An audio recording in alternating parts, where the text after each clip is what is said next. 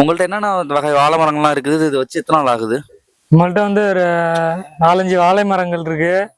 பூவம்பழம், கற்பூரவள்ளி, மொந்த வாழைப்பழம், நேந்திரம், செவ்வாழை அது மாதிரி வச்சிருக்கோம். இந்த வாழை மரத்தை எடுத்துக்கிட்டீங்கன்னா இது வந்து கற்பூரவள்ளி. கற்பூரவள்ளி வந்து அதிக மருத்துவ குணம் உடையது. பெரும்பாலான அந்த கர்ப்பிணி பெண்கள் இது மாதிரி சாப்பிடக்கூடிய ஒரு பழமா அமையுது. இதுல வந்து நிறைய நார்ச்சத்து இருக்கு, நிறைய நல்ல ஊட்டச்சத்து இருக்கு. குறிப்பா புரதச்சத்துக்கள் மிகுந்த ஒரு பழம்னா அது வந்து கற்பூரவள்ளி சொல்லுவாங்க. அப்புறம் வந்து இதுக்கு வந்து வாழை மரங்கள் வந்து நமக்கு பொதுவாக நிறைய விஷயங்களுக்கு பயன்படுது. வாழை இலைகள், அப்புறம் வந்து ஆட்டுக்கு தீவனமா அறுத்து போடலாம். அப்புறம் வாழைத்தண்டு சிறுநீர் கற்களை போக்கும். இது மாதிரி எல்லாரும் வீட்லயுமே வாழை மரங்கள் வந்து அவசியம் இருக்கணும்.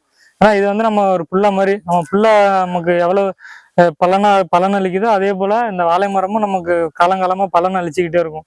அப்புறம் வந்து இதோட பட்டைகள்லாம் வந்து தீப்புண்ணு இது மாதிரி காயங்களுக்கு வந்து ஒரு ஃபர்ஸ்ட் எய்டு மாதிரி அதோட சாரை புழிஞ்சு பண்ணிக்கலாம்.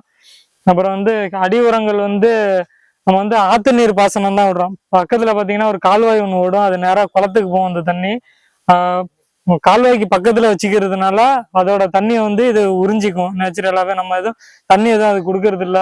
உரங்கள் மட்டும் அந்த ஆட்டு எருக்கள் இது மாதிரி பண்ணுவோம். அதே மாதிரி எந்த அளவுக்கு வந்து நீர் மேலாண்மை வாழைகளுக்கு பண்றோமோ அந்த அளவுக்கு தார் வந்து நிறைய வாழைப்பழங்கள் வந்து நமக்கு கிடைக்கும்.